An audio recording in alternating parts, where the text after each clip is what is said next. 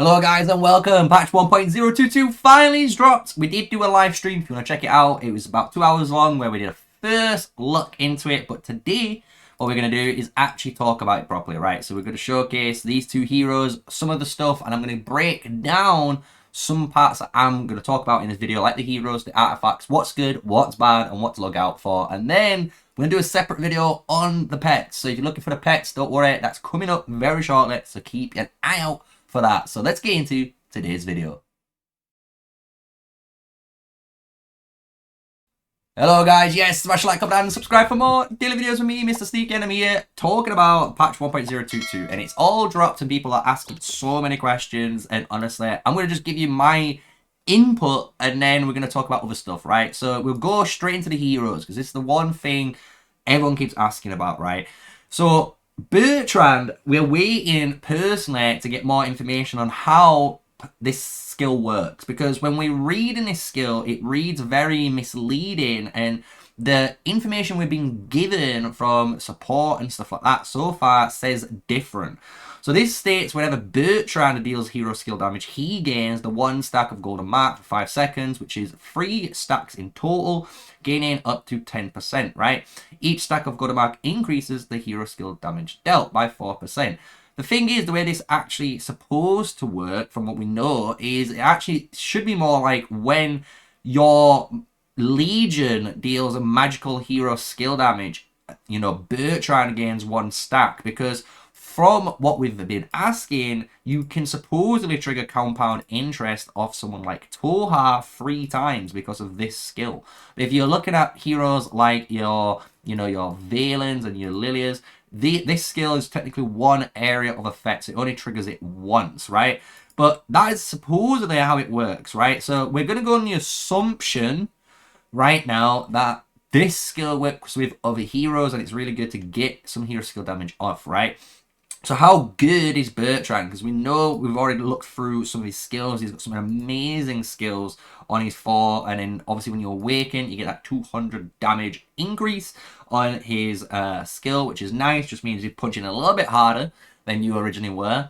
But is he good? And I actually think he is. I think he's surprisingly good. And I think everyone who's normally a free-to-play player or low spender is definitely going to unlock this hero. Because personally, this guy is just a straight upgrade of Atheist. I'm just going to be honest. He's just a straight upgrade. Like, this guy does what you kind of want Atheist to do with all the damage dealt and how he increases his own damage, as well as the amount of stats he gains you is so important. Like, he gives you so many insane stats that I think Bertrand is going to be one that you're going to pick up. So don't worry. I think Bertrand's going to be insane. Don't sleep on him. People might think he's going to be a bit underwhelming or just alright, but honestly, he's going to be great. And if you're wondering who you can pair him with, straight away, if you really wanted to, you can do something like Atheist to keep it flying. But honestly, I think Fear Bertrand is going to be a very scary combo. It's literally, like I say, a strict upgrade of what the match already does. So you've got Fear with Atheist, and now you're going to have Fear with Bertrand instead, and I think it's going to be a very insane combo when you start seeing that thing come out and do some very strong poke damage with those Celesitals in the game. But one of the other things you can do with him is, to be honest, you can try him out. I'm going to try him out with Valen and Liliat as well. I'm also going to try him out with stuff like Aloin and Wildeer. And I'm going to give you guys a proper guide on him once he comes out. Because obviously he's not available right now. Neither is Toha. You only can get these guys when you enter Season T1. So don't worry, when we enter it, we're going to obviously try and unlock them both. But let's talk about Toha now, because Toha is the next one. I think everyone is, I don't know, it feels like in the community, everyone's already saying this hero is hot garbage. And the thing is, he seems hot garbage, but I honestly think this guy is surprisingly going to overwhelm the Mage meta, because it's scary how this hero works when you read his first skill, because this is a passive skill. It's not an active skill. This is just a passive that you just obtain. And that's kind of what happens with all of his other skills. They're all passives that you have that increases how strong you are, right? And the thing is, when you read this, it's after every 5 normal attacks, no matter what, Toha is going to channel the Rage of Plateau effect, which is now damaging the target legion every second for up to 5 seconds without, obviously, moving. If you move, you stop it, and that's the one thing people dislike about it. But from all the PvP footage we've watched, I'm not going to lie, guys, the amount of time mages have stood still and just dealing 3 damage, I think you're going to get this off more than not, right?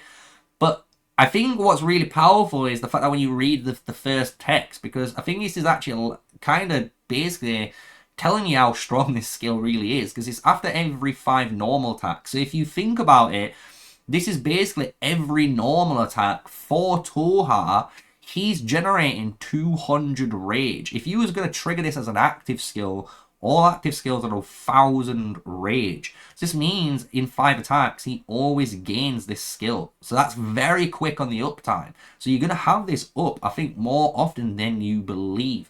And when you look at his other skills, I think it's scary, man. You get 30% magic hero skill damage bonus, meaning at max level, this base is dealing 390 damage because you just do 10% of it, and 10% is 30 times that by 3. You got it, right? So that's 30%, nice and easy done, right? So I do believe it's going to be very strong. So you're getting a massive amount of hero skill damage here, and then on top of it, when you are channeling that effect, you're gaining counterattack damage reduction by 15%, and you're getting a 35% defense bonus. And when you finally awaken a hero, you get even more stats, because when you finish channeling it, you get basically 35% attack for 3 seconds, which is crazy. You actually just get so many stats for playing this guy.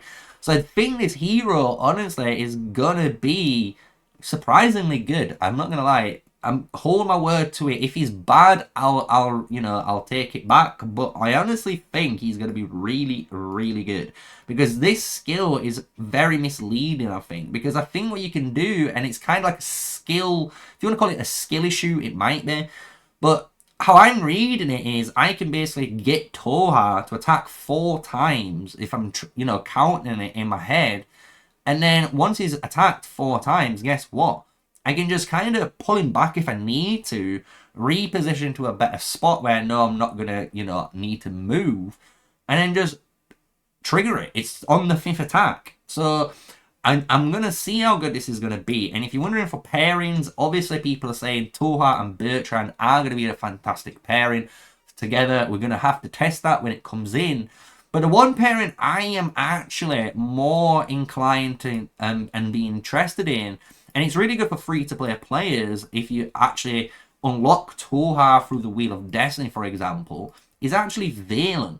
Because Valen with Toha surprisingly gets you a ton of stuff. And it kind of promotes the exact same playstyle Toha wants, right? Because Toha, as you guys know, he doesn't want to move, right? So this is the kind of thing. We don't want to move as much when we're channeling this ability. So what we kind of want to use are heroes like Valen, I'm going to show another one off in a moment, that has a march speed reduction built into the kit. And he has this built into his rage skill as well as the 4th skill, which is really good, so you can reduce their march speed when you're fighting them. And then on top of this, with Valen especially, you're getting that 15% hero skill damage bonus, and you're getting that critical crit bonus, which is really cool, right? So now Toha could be dealing some insanely quick burst damage through his continuous attacks, basically, which I think is going to be very scary indeed, right? And as you can imagine, if you don't have a good Valen, I do believe something like Wild Deer is going to be a fine choice too, just because of the same thing. You've got a freeze, you've got a march speed, you're going to allow Toha basically more time to attack his target, because they're going to stay in range longer because they've got the march speed. That's the way I'm looking at it. And the other hero that I'm mentioning is, as you can imagine, Alwyn, because Alwyn does this fantastically, because he does some really good single target damage like Toha too, but he reduces their march speed through ensnare triggers again on that 1st skill and on the 4th skill. And whenever you're getting attacked, you're also applying these like damage over time effects. So I really do like the aspect of something like an Alwyn with Toha, which sounds a bit weird, but the way I'm looking at this build is literally a hero that does some really good sustained damage, and that's kind of what I feel like the hero wants to do. So it's going to be an interesting one, and there's some of the, you know, pairings that I've talked about. If you're wondering, one thing that a lot of people haven't mentioned, and I've kind of kept it to the end, I do believe if you unlock Toha and Bertrand, I do believe these two are going to be a fantastic pairing together for behemoth raids. Because in a behemoth raid, you always care about as much damage output continually, right? That's kind of why archers, even a Guan Win, is so good, because the amount of continuous damage and the damage dealt bonus effect she has with her poison, you just deal consistent damage. And that's why archers like Syndron and Freyga and even Nico is so good, because the amount of normal attack damage they're dealing is so high. So I think with Toha's effect and obviously the single target burst of the entitled Rage here by Bertrand is actually going to be a really good combo for Behemoth. So if you're looking for Behemoth slaying capabilities, this might be something you want to rock into as well.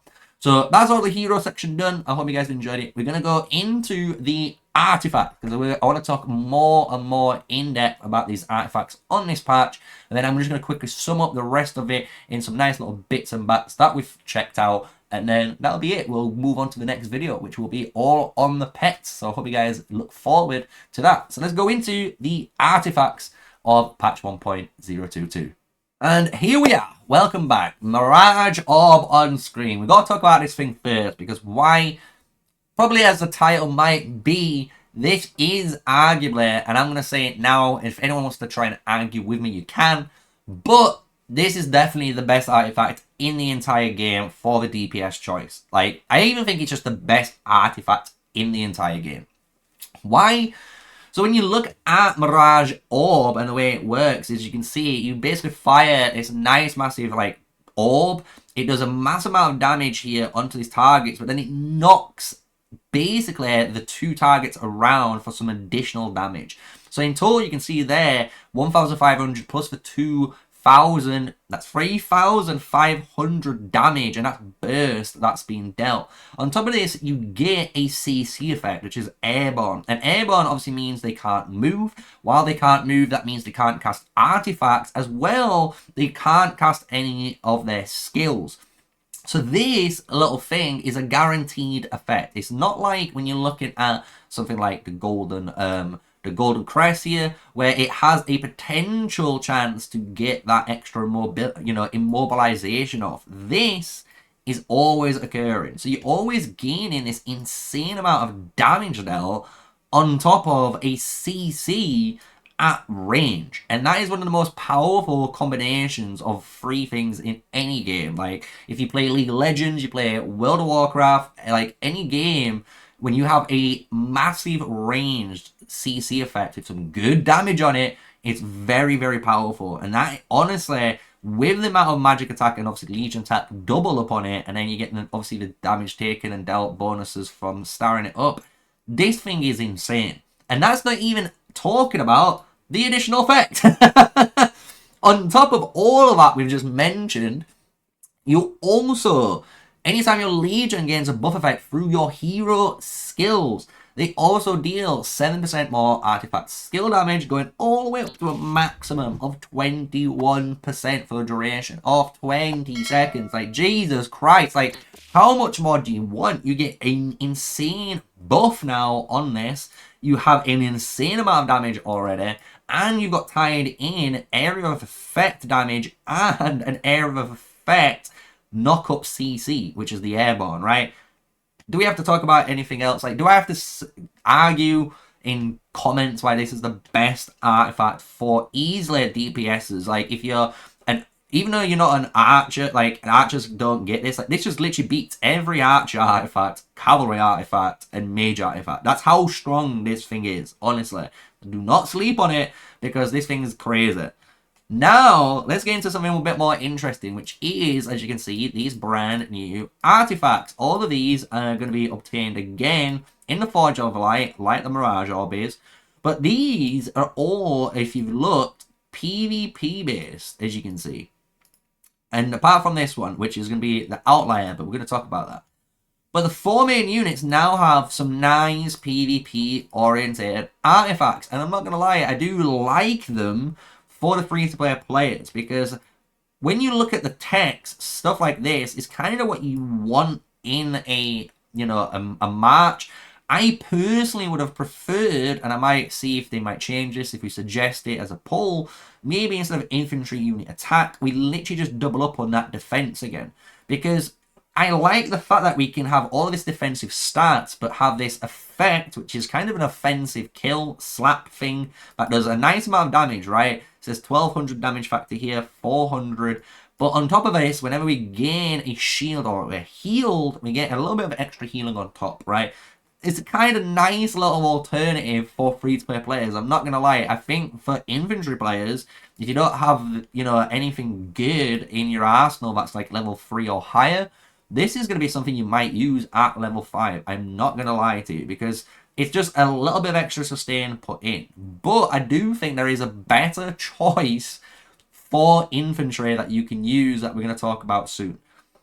But when we go into the cavalry one's kind of cool as well. I like it. Why? It's ranged. It's really good. We don't have to go too close. It is a little bit close, as you can see, but we don't have to engage in. It means the ranged cavalry units can use this as well as the normal cavalry units.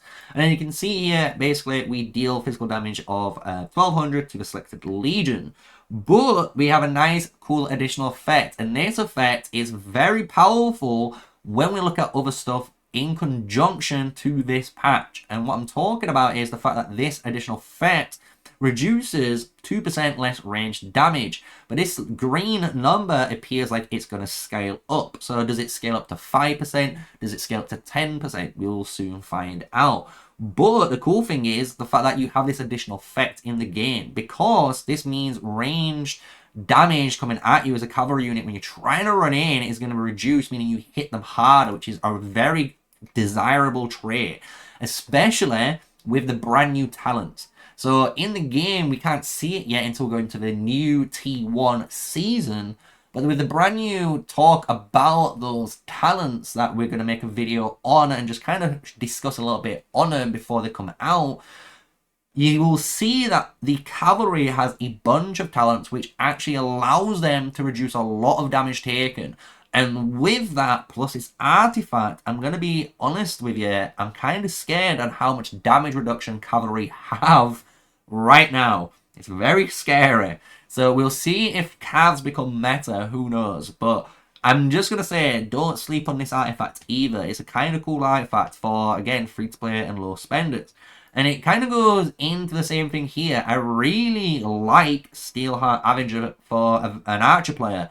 I'm an archer player myself. I play archers a lot, and I know kind of what they want. And this is an area of effect, as you can see, onto 2 targets, dealing some nice damage. And the cool thing is, when we inflict a Legion debuff, which is basically like Nico with his defense break, Kanara defense break, like we have enough stuff that inflicts debuffs through hero skills, your Legion will deal 2% more normal attack damage. And the cool thing is this number again is green, meaning this is going to increase, meaning this could be 5%, it could go up to 10%. Who knows how much more normal attack damage. So for, again, a free-to-play player, I actually kind of like this. You're getting a nice damage steroid with a really good, honestly, area effect skill with good stat. Doubling up on one stat's a great feature, honestly. So don't sleep on this thing either. However, we do need to talk about the Mage one. This thing, personally, I hate. I really don't like this one. This one is a little bit worse than all the rest of them because of how slow it is. This is every 30 seconds, which is kind of meh. This can be triggered every 15 seconds here. This can be triggered every 20 seconds, and even this additional effect's every 10, right? So I really don't like this. It's every 30 seconds. It's a little bit slow. Basically, whenever you inflict a freeze, scorch, or an ensnare, which all the mages do, you're going to get an extra 120 damage, right? On top of this, you get a nice little bit of area of effect damage. But personally, I'm not going to lie, guys. When we look at the artifacts, I'm just going to say, if you're a free-to-play player, I would just rather use Time Bomb. I don't know why. I just think this does more damage. It's more relevant. The fact that you can put it onto a target, it stops them from jumping into cities and stuff like that.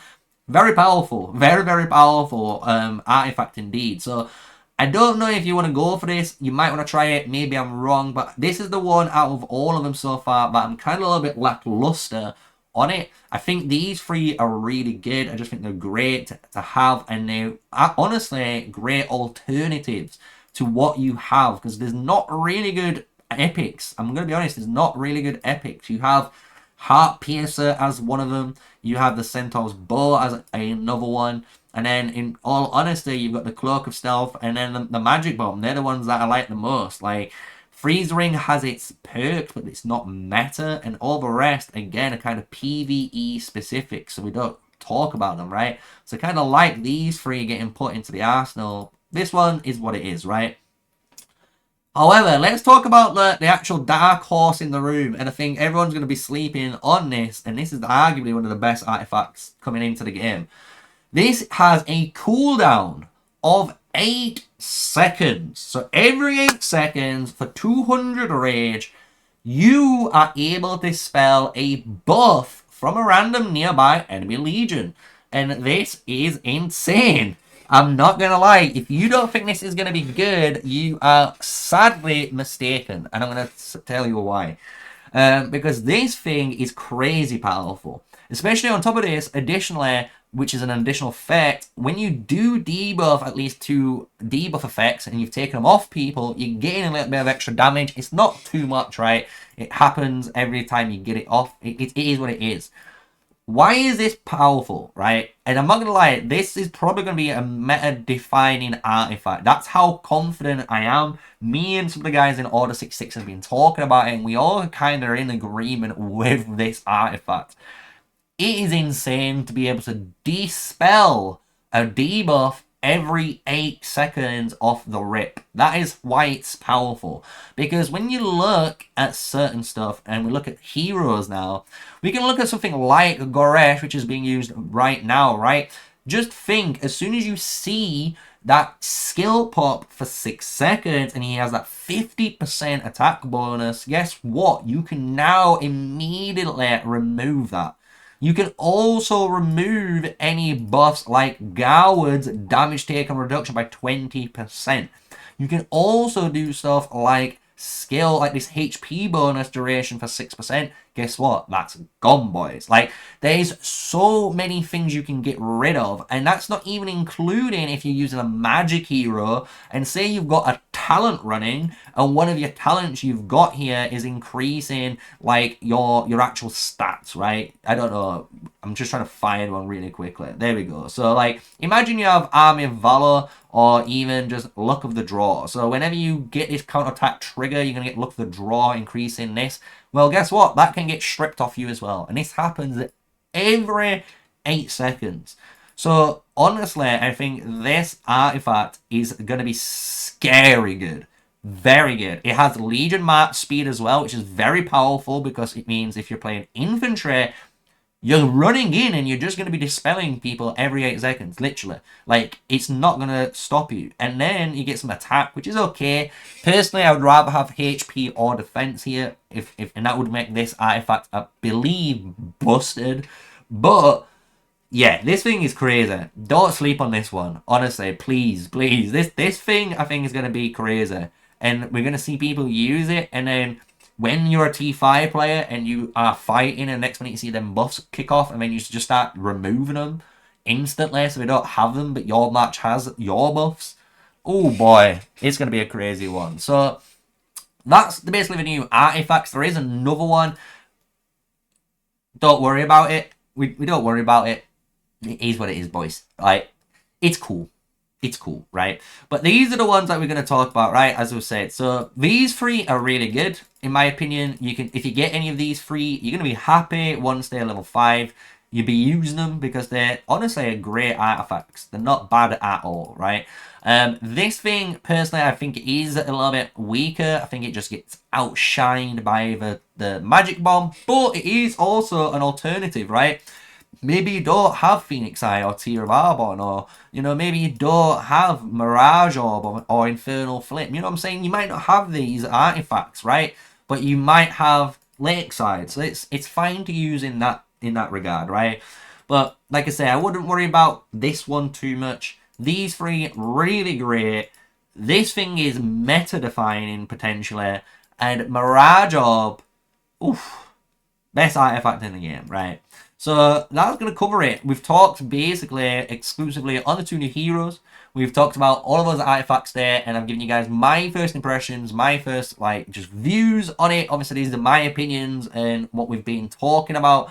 I wish I could give you better information on how this skill 2 works and how this hero works, but when we get access to it in the next season, we can actually do all that testing, we can do it all live, and we can see how it works, right? And we can figure it out and make that video and give you guys all the information before you go crazy and invest into them and max them out, right? In case they're not worth it. Maybe they're not worth it, right? But that's it. I think they're going to be worth it. That's my first impressions on both heroes, all the artifacts. I hope you guys have enjoyed it so far. If you're wondering what else came in just to finish things up, you might have noticed here your city has kind of shrunk. So all the buildings have actually gotten really, really tight. They've actually removed almost the 1 square around. So you can see actually like now a lot of things have been a lot tighter. Like even this one has lost it. So I'd kind of need to, you know, move the pathways in and stuff like that. But you'll notice it on your buildings. I think it's just going to allow you in the long term to make a nicer city because you can have tighter space. When more decorations or stuff come out, you can add more decorations and make your city look kind of cool. So that was one thing that came in. You can also, again, you know, when you're in here, you can check in the Sacred Hall, the skins here for the unit HP, which I think is great. You can also see the nameplate in here if you really want to. You can also go into your profile, hit the avatar frame, boom, bish, bash, bosh. Check that one out above. I know I'm kind of blocking it, but you can check that out yourselves. And then what we're going to cover in the next video coming out tomorrow is going to be the pets. So we're going to talk about these 2 pets in particular, the Brune Bear and the Shadow Phaedrake. We're going to talk about the skills. Is it worth it? Are they good? And what they're going to be used for in the future. So I hope you guys look forward to it. I hope you guys have enjoyed today's video. And with all of that, stay safe, guys. Stay sneaky. Peace out, and remember to hit the like and subscribe. Until next time, I'll catch you later.